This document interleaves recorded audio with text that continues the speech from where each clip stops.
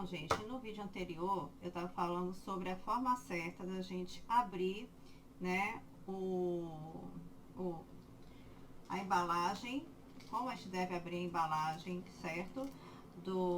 Da seringa, da agulha. Inclusive, a gente deu uma práticazinha sobre essa de abrir material estéreo. É sempre da mesma forma que a gente vai abrir. E ter muito cuidado para a gente não contaminar esse material, tá? Então, lembrando, todo material estéreo vai ter um local de abertura, certo? Então, aqui, ó, aqui é uma seringa de 5 ml. A gente vai abrir sempre por aqui, tá? A gente pode encostar na parte superior, tá? Superior da seringa. A gente vai abrir, ó. Deixa eu colocar aqui. Vou abrir dessa forma. Vou pegar ela aqui. E qual é o cuidado que a gente tem que ter com relação à seringa? Não pode encostar nessa parte aqui, ó. Tá bom? Da ponta da seringa. Porque se a gente encostar, a gente vai contaminar. Aqui a gente vai acoplar uma agulha, tá? Que eu vou abrir da mesma forma. Vou abrir da mesma forma, sem contaminar. Ó, quando eu abro, ela já tá aqui no local exato de eu conectar. Essa aqui é de rosca, nem todas são de rosca. Às vezes elas só tem um bico. Mas essa tem uma rosca. Aí é melhor, porque fixa, né, a agulha na seringa, certo? Sem contaminar. E aí, por exemplo, eu vou aspirar uma ampola, certo? Então, quando a gente for aspirar a ampola, a gente tem que ter todo o cuidado também para não encostar a mão na agulha, tá? Então, eu vou desencapar aqui, ó. Desencapei, certo? Não posso encostar na agulha, tá? Se eu encostar, eu vou contaminar. Eu vou abrir uma ampola aqui. Essa ampola é de água destilada, é um diluente para medicação, certo? Vou abrir aqui a ampola. Aqui nesse caso, só eu torcer aqui em cima, certo? E aí, ó, o jeito certo, a gente vai treinar isso, viu, gente? Deixa eu colocar assim. A gente vai treinar isso no laboratório. Mas o jeito correto é esse aqui, ó. A gente coloca entre os dedos aqui a ampola e vai colocar aqui, ó, a seringa com a agulha, né? E vamos aspirar aqui esse líquido, ó. Vou aspirar sempre com cuidado de não encostar na agulha, tá? Não vou aspirar todo porque essa ampola, ela é de 10 ml, essa seringa é de 5, então não vai caber essa ampola toda, certo? Na seringa, mas aqui eu aspirei, tá? Aí se eu fosse diluir, de repente assim, eu peguei isso aqui, né? Essa água destilada para diluir um frasco. O frasco que eu tenho ali, isso aqui é tudo material vencido que eu peguei só para mostrar a prática para vocês. Olha como é que tá amarelo. Isso aqui se chama hidrocortisona. É um corticoide muito utilizado em emergência, paciente que está cansando, ou então paciente que está com, né, cansando assim, com crise asmática, com chamamos broncoespasmo, paciente que está também com uma reação alérgica forte, né? É muito utilizado em emergência. Ele está amarelado porque ele está vencido, ele não tem essa cor amarelada não, ele vem em pozinho, esse aqui já foi diluído. Mas vamos supor que está o pó aqui e eu preciso diluir. Essa quantidade de água vai ficar até muito. Eu vou até diminuir, vou colocar aqui de volta. A gente vai fazer isso na prática, viu, gente? Então, olha só. Esse frasquinho, ele tem essa parte superior aqui emborrachado, tá vendo? Então, é no centro dessa região emborrachada que eu vou colocar a agulha. Essa agulha, gente, olha aqui, ó, vou mostrar aqui mais perto pra vocês. Essa agulha é uma agulha 40 por 12, tá? É uma agulha utilizada no preparo de medicação. Não introduza essa agulha nos pacientes, porque é uma agulha muito calibrosa, tá? Então, não é agulha pra gente nem funcionar a veia e nem da intramuscular, porque ela é muito calibrosa. A gente usa muito no preparo, quando a gente for administrar no paciente, depois que tiver aqui, ó, na seringa preparada, a gente troca a agulha, tá bom? Então, vamos supor que eu vou administrar no paciente, né? Então, vou preparar, vou diluir. Aí eu vou, ó, aqui eu vou injetar água destilada. E aí eu vou, a gente chama de homogeneizar, tá? Não é pra sacudir, não, tá? Medicação, principalmente medicação venosa, a gente vai fazer os movimentos assim, mais suaves, para poder diluir, tá bom? Não sei se ela vai diluir direito, porque esse medicamento tá muito grosso, porque tá vencido, tá? Mas vamos supor que eu consegui homogeneizar, diluir direitinho, tá? Aí eu vou aspirar. Aqui, o que eu fiz? Ó, aqui a agulha tá bem introduzida, não tá? Eu vou tirar um pouquinho pra eu pegar aqui da ponta da ampola e vou aspirar, ó. Que já tá vindo a medicação, tá vendo? Já tá vindo a medicação aqui. Pronto. Então, tô vendo se eu tenho outra agulha aqui. Mas eu tenho. Ó. Aí eu vou encapar. Vocês vão ver em algumas literaturas que a gente não deve encapar a agulha, tá? Mas na prática a gente encapa, tá? As agulhas que não foi utilizada ainda pelo paciente. Se a gente injetar no paciente, a gente não encapa. Agora, às vezes a gente precisa encapar para retirar. Porque eu não vou retirar essa agulha, eu vou trocar essa agulha agora, né? Se fosse no caso, para eu administrar no paciente a medicação, eu precisaria, né, no caso, trocar a agulha. Se fosse, por exemplo, uma intramuscular, uma subcutânea, eu precisaria retirar essa agulha. Mas aí que eu vou fazer? Eu vou encapar para eu poder, com segurança, retirar. Eu descarto na caixa de perfuro cortante, tá? Lembra que a gente falou do lixo hospitalar? Então, seringas, agulhas, bisturi, essas coisas, né? Tudo que é perfuro cortante, a gente vai jogar na caixa de perfuro. Aí, no caso, se eu fosse aqui administrar isso aqui no paciente, aí eu pegaria aqui outra agulha, iria abrir, tá? Para administrar aqui, ó, no paciente, certo? Aí eu levaria identificada direitinho e aí eu iria levar para administrar no paciente, certo? Um outro detalhe. Eu falei a beça aqui, né? Enquanto eu estava preparando essa medicação. Porém, a gente não deve ficar falando muito quando a gente está preparando as medicações, porque a nossa boca é muito contaminada. A gente pode contaminar um medicamento se a gente ficar falando enquanto estiver no preparo da medicação, tá? Então, a gente deve evitar de falar nesse momento, certo? Vamos voltar aqui.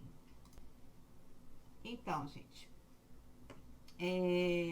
com relação à endovenosa, eu vou passar um vídeo depois para vocês, certo? Vou mandar um vídeo sobre a punção venosa, tá? E a punção venosa, ela precisa da gente realmente ter a prática, tá bom? Mas vocês vão ver que a gente vai precisar garrotear, escolher, né, o braço, vai garrotear. A depender, se for só para colher um sangue, tá? A gente pode escolher geralmente uma região aonde tem, né, na dobradura do braço, certo? Então, nas articulações, nesse caso, só mesmo para retirar sangue, mais para menos. Para introduzir um catéter, a gente não pode introduzir um catéter venoso para ficar administrando medicações em locais de articulação, certo? E a mesma coisa a gente vai ver, e eu vou mandar, precisa vocês realmente visualizarem melhor a administração da intradérmica, da subcutânea, da intramuscular e da endovenosa. Eu vou precisar mandar um vídeo para vocês, né? E depois, isso para vocês terem uma ideia. E depois vocês vão precisar fazer um treinamento isso em laboratório, tá ok? O que eu vou fazer uma praticazinha é da intramuscular, tá? Que a gente vai treinar na laranja. Só para vocês já terem um manejo e já sentirem aí como é que é administrar um medicamento injetável, tá bom? Mas eu tô sabendo que já tem gente administrando, já dando injeção aí. Vocês cuidado, viu, gente? Porque vocês não têm corém ainda. Quem tá administrando medicamento sem corém tá correndo risco, viu? Sério, tem que tomar cuidado. Então, a administração da intradérmica, ela é uma medicação que ela é bem rente à pele, tá? A gente precisa administrar com o bisel, deixa eu colocar aqui. Ela precisa, não é com essa agulha não, tá? É com a agulha de subcutânea, é uma agulha 13 por 4,5, por exemplo. O bisel, gente, o que é o bisel? O bisel é esse corte aqui da agulha, é onde fica o furinho da agulha. Então, o bisel é isso aqui, tá? Então, para a administração da intradérmica, esse bisel, ele fica para cima, tá? E a gente vai dar uma leve inclinação para... Eu não vou fazer, não vou me furar aqui não. A gente vai fazer uma leve inclinação, um ângulo mais ou menos de 30 graus até menos, tá? É bem rente à pele, para a gente vai levantar essa pele e administrar a medicação aqui no caso, tá? É um local, como né, intradérmico, é bem superficial, são pequenas dosagens de medicamento que a gente injeta aqui. Geralmente são testes antialérgicos, a vacina BCG, tá? Que é 0,1. Então, são pequenas dosagens, porque o espaço, né, esse espaço intradérmico, ele não tolera grandes quantidades. Tem isso também, tá? Então, a região intradérmica, ela geralmente a gente pode administrar 0,1, 0,2, é uma quantidade bem pequenininha de medicamento, né? Subcutânea a gente administra mais ou menos aí, podemos administrar meio ml ou um pouco mais, né? Intramuscular, no máximo 5 ml, tome cuidado com isso, no máximo 5 ml. E se for uma dosagem grande, sempre no glúteo, tá? Então, assim, se tiver dúvida, vou administrar no deltoide, né? Que é nesse músculo aqui. Deixa eu voltar aqui. O deltoide é esse músculo que a gente tem aqui no braço, tá? É a região deltoide que a gente administra muscular. A gente pode administrar também intramuscular na região vastro-lateral da coxa, vou mostrar isso melhor para vocês, e na região glútea, tá? Intramuscular sempre é mais seguro administrar ou vastro-lateral da coxa ou em região glútea, que é o quadrante superior externo do glúteo. Qualquer dúvida, né, com relação à medicação, essa administre sempre no glúteo ou na região vastro-lateral da coxa. Vastro-lateral da coxa ainda é melhor, porque vastro-lateral da coxa tem mais músculo mesmo, porque o glúteo ainda tem muito tecido adiposo. O deltoide são apenas alguns medicamentos que a gente pode administrar. Preste muita atenção na indicação do local de intramuscular quando vocês forem administrar um medicamento. Porque como o deltoide tem uma região de músculo menor, tem uma probabilidade de ter mais reação, tá? Então, a gente tem que ter sempre muito cuidado com essa questão aí, tá? Então, glúteo e vasto lateral da coxa, para intramuscular é sempre mais seguro. A região, a intradérmica, geralmente a gente administra no braço, tá? Que é uma região que tanto para antialérgico quanto para vacina BCG, que é logo abaixo do deltoide, que a gente administra aí essa vacina, tá? Então, a gente precisa de uma agulha de 1 ml ou menor. A agulha é agulha 13 por 4,5 ou alguma similar para intradérmica, luva de procedimento, algodão, álcool 70 e o medicamento que será administrado. O local mais apropriado é a face anterior do antebraço, que é essa região aqui, né? A BCG é administrado na extensão superior, que eu falei, do músculo deltoide no braço direito. Sendo que muitas medicações, a maioria das medicações, né, a gente faz uma antisepsia com o álcool 70, menos vacina. Então, fiquem sabendo, né? Apesar que vocês vão trabalhar em vacina quando vocês derem saúde pública, né? Mas vacina a gente não usa álcool para não cortar o efeito da vacina, tá? Só observa se a região tá limpa e administra. Mas a gente não usa álcool não, tá? Não se deve, assim, não se deve administrar se a pele não tiver íntegra. Então, porque a medicação intradérmica, aliás, qualquer medicação, não é só intradérmica não.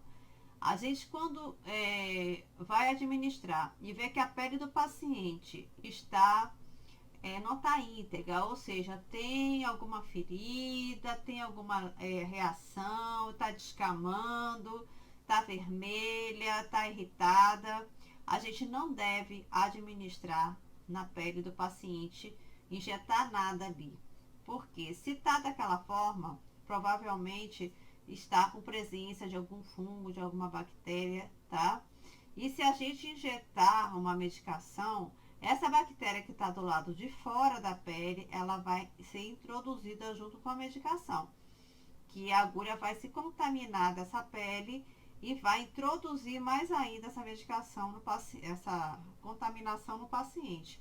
Então, ele pode ter uma reação grave após isso. Então, só se deve administrar a medicação, tá? Se a pele estiver íntegra, tá bom?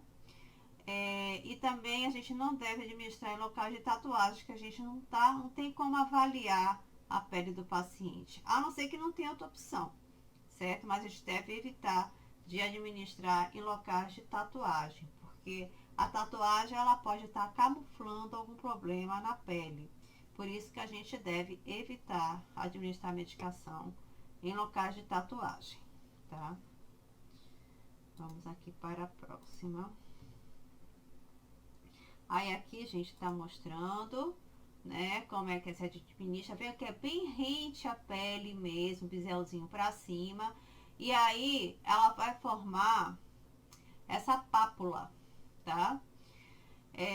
A BCG ainda vai formar uma feridinha. Aí o teste tuberculino também vai ter uma reação.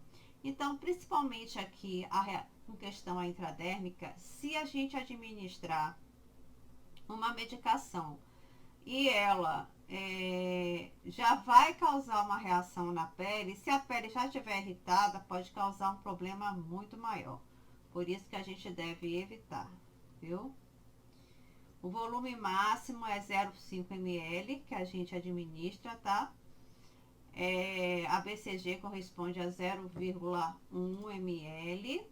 Deve posicionar em 15 graus, na verdade, ó, o bisel para cima, administrar o medicamento e observar a forma da pápula, tá bom? É aquela levantada na pele do paciente que a gente faz, certo? Medicação subcutânea, ela é menos profunda, tá?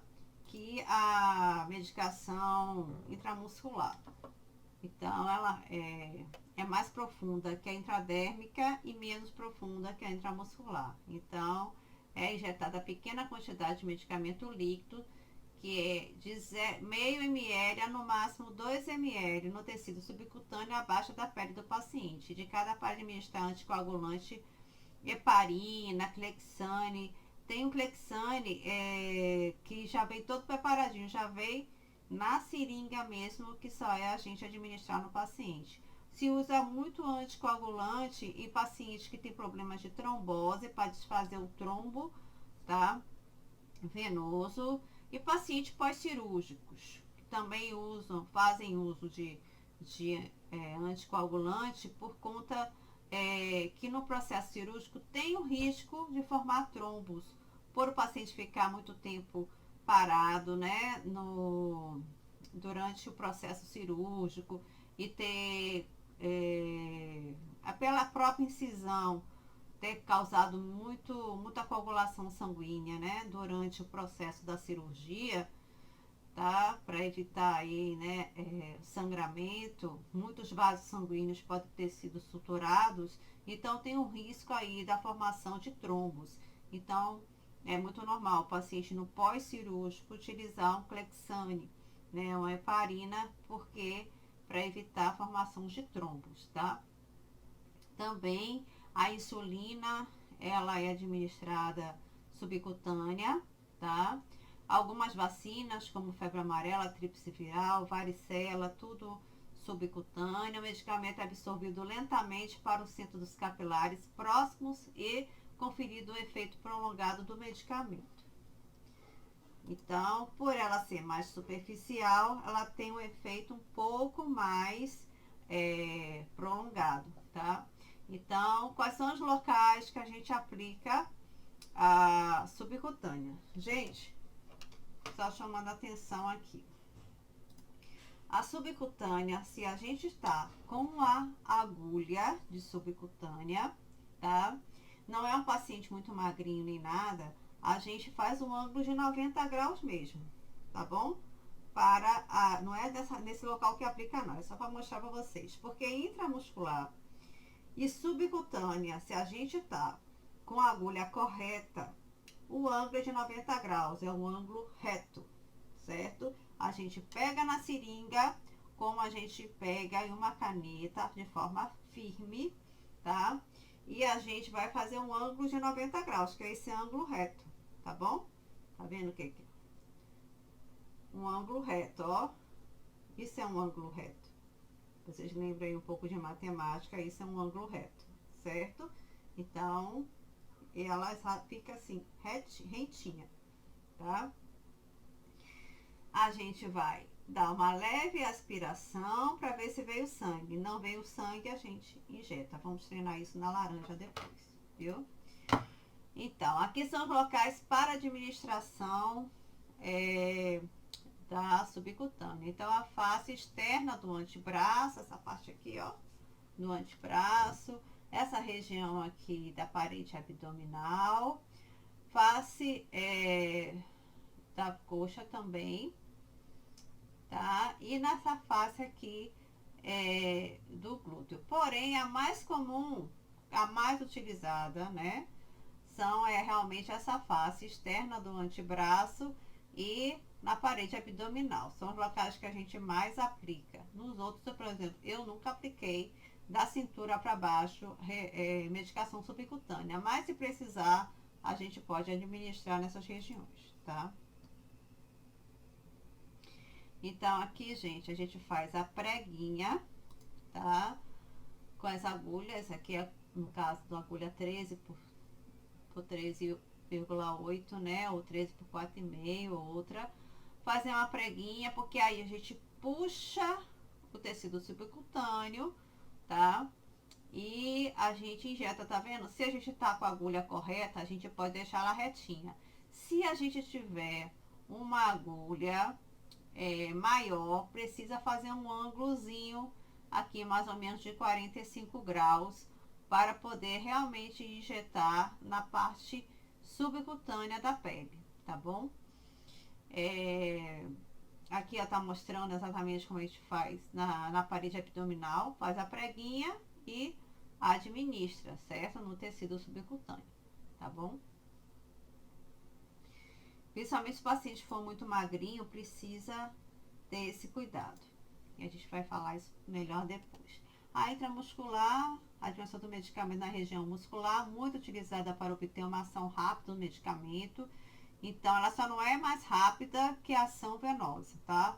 Os músculos mais utilizados são o deltóide, quadrante superior externo da região glútea e a face externa da coxa. Administrar no máximo 5 ml. As agulhas de 3 ml ou de 5 ml. As agulhas 30 por 7, 30 por 8, 25 por 8 25/7, depende do tamanho da criança, ou é isso, do tamanho da criança ou do tipo de paciente, para a gente escolher qual vai ser a agulha correta, tá? Se é seringa de 3 ou seringa de 5, vai depender da quantidade de medicação que a gente vai precisar administrar. Então, a gente tem que observar o tamanho das ampolas, certo? Por exemplo, essa ampola aqui, ela tem 5 ml. Ó, deixa eu pegar aqui. Essa ampola é uma ampola grande, tá? Não aqui é Dramin, gente, é medicação para enjoo. Não é um medicamento que a gente acostuma administrar intramuscular, não, tá? A gente administra ele venoso. Quando é injetável, a gente administra venoso, né? A gente dilui isso aqui, essa ampola toda, em um frascozinho como esse aqui, ó. A gente junta esses dois, pega, aspira essa medicação, injeta aqui, coloca o equipo, funciona a veia do paciente e essa medicação vai correr, tá? Por exemplo, se eu pego isso aqui, eu vou precisar aqui a gente nem poderia administrar tudo. Aqui, na verdade, são 5 não, são 10 ml. Mas se eu pego uma medicação, no caso intramuscular, que tem 4, 5 ml, então vou precisar pegar a seringa maior, tá? Então, a quantidade, a escolha da seringa vai depender da quantidade de medicamento que a gente vai precisar administrar no paciente, tá bom? E, no caso, realizar a asepsia, né, com o álcool 70. A gente usa muito o álcool 70. Mas, no caso aí, a gente pode usar clorexidina também, se não tiver álcool 70, tá? E aqui, fazer um ângulo, que eu falei, um ângulo de 90 graus. Olha que eu falei aqui o ângulo de 90 graus. Aqui a face externa, né? O quadrante, melhor dizendo, quadrante superior externo do glúteo, que é o local que a gente aplica a medicação, tá? Então, tá vendo essa linha mediana aqui? A gente pega bem da divisão glútea superior e a gente faz uma linha imaginária. Pode até marcar mesmo com álcool molhado com algodão, a gente já pode até fazer essa marca. E aí a gente divide essa linha mediana na metade aqui e é esse quadrante aqui superior. Por que é importante a gente administrar nesse quadrante superior externo do glúteo? Porque o nervo ciático, ele está passando bem no meio do glúteo. Por isso que essa parte aqui do glúteo é a parte mais segura para administrar a medicação intramuscular, porque aí está bem distante do nervo ciático. E com relação à coxa, é o terço médio, tá vendo que dividiu a coxa aqui em 3 partes, tá bom? E a gente vai pegar essa parte mediana da coxa, na metade da coxa, na face externa, do lado externo da coxa, tá bom?